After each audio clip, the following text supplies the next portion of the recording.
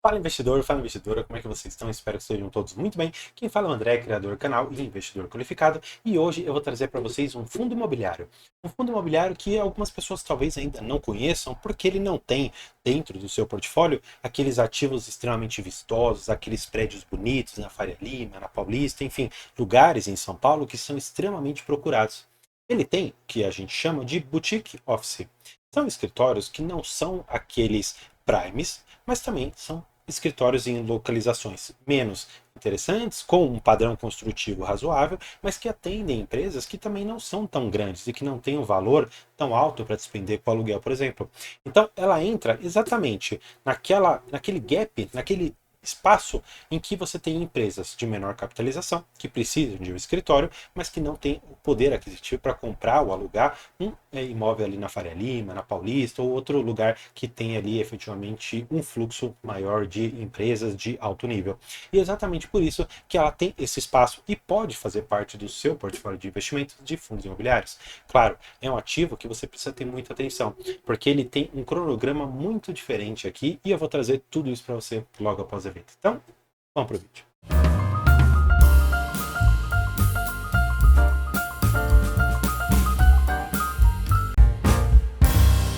Para a gente começar o vídeo, é claro, eu preciso trazer você aqui para o relatório gerencial para a gente conhecer alguns dos imóveis que ele tem. Ele tem alguns aqui no Rio de Janeiro, tá bom? Ó, não são prédios, vamos dizer assim, ruins, mas também não são aquelas baita torres de 30, 40 andares ali na Faria Lima, enfim, nem sei se é tão alto assim, mas são imóveis bonitos, com um bom padrão construtivo, mas que atendem empresas um pouco menores, tá bom? É importante a gente saber isso aqui. Tem aqui o tipo de contrato, para quem está certificado, enfim, tem inúmeras coisas aqui que depois a gente poderia olhar com mais calma. Tem aqui, ó, no Oscar Freire, você tem um pouco aqui da Vita Corá, na rua Cero Corá, que também está em São Paulo. Tem outros tantos aqui. Só que um dos mais icônicos que nós temos é, claro, o imóvel da Globo.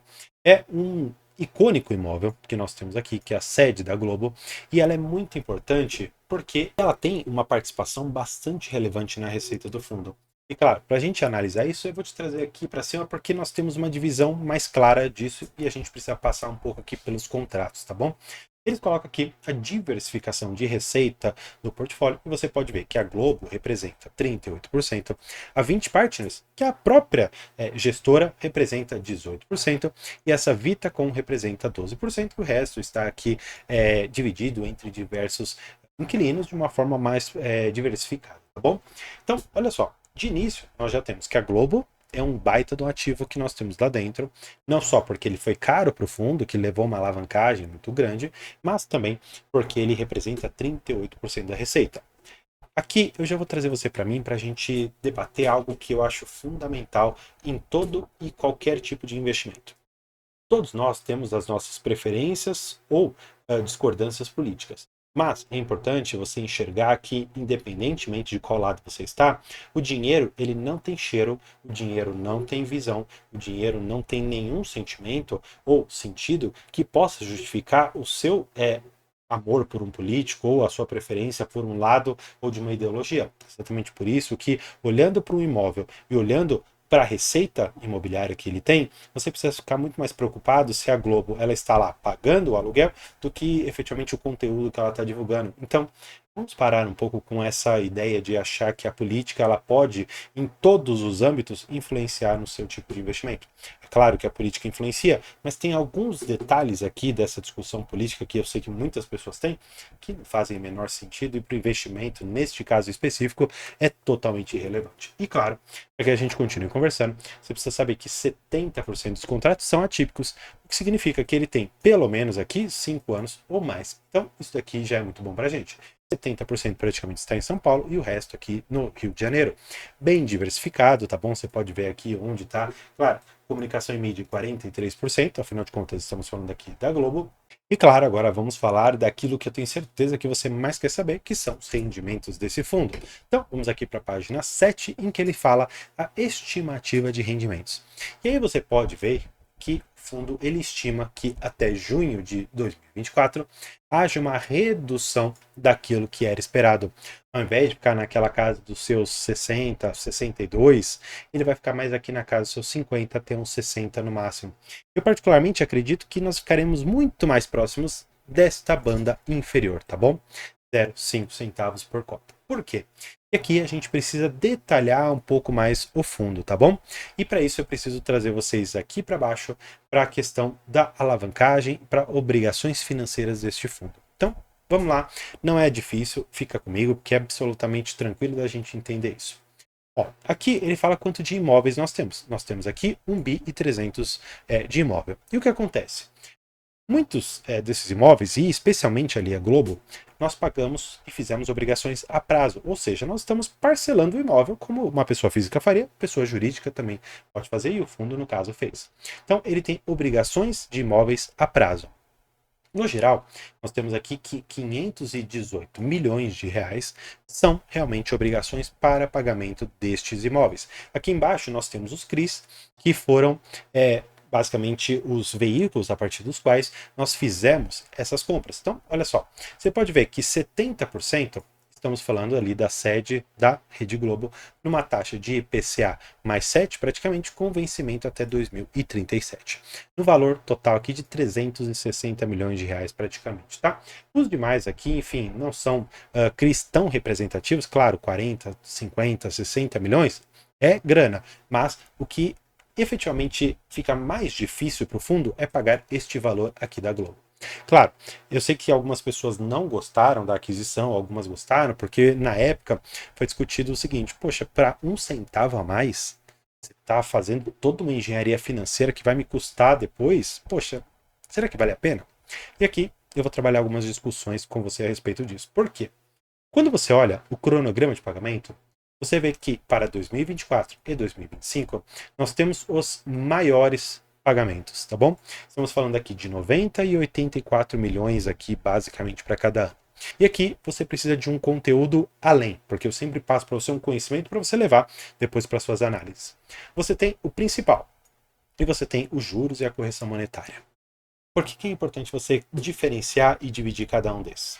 Porque quando você tem na sua DRE, no seu demonstrativo de resultados aqui do fundo, você tem um item que se chama despesas financeiras. Despesas financeiras, estamos falando exatamente de juros e correção monetária. Ou seja, dentro da DRE, nós dizemos que apenas os juros e a correção monetária transitam lá dentro. Ou seja, o principal, e até vou mudar de cor aqui para vocês, o principal não pode transitar na DRE.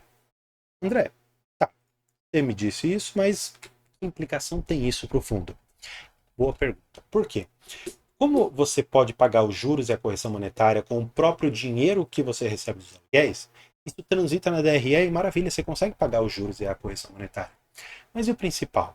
Você precisaria desse dinheiro ou através daqueles 5% que o fundo consegue reter, porque lembrando, os fundos eles são obrigados a distribuir semestralmente 95% do seu resultado, sendo que 5% pode fazer qualquer coisa, claro, considerando o que for aprovado dentro do estatuto do fundo imobiliário.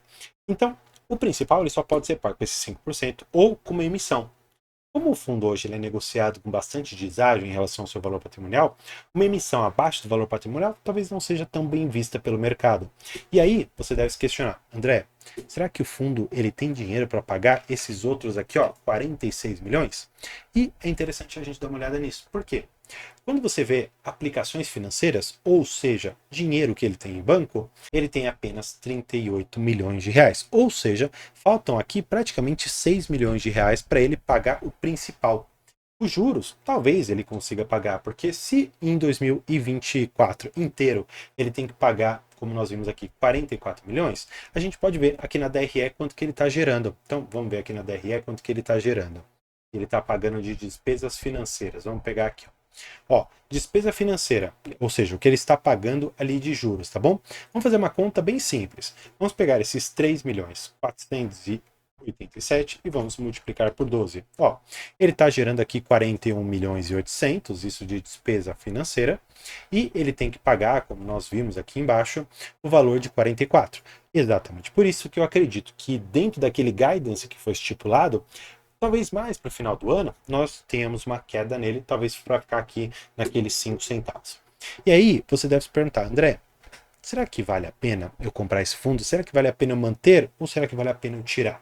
Claro, é uma decisão extremamente individual, mas o que eu quero te dizer é que para os anos de 2024 e 2025, nós teremos um fundo extremamente penalizado.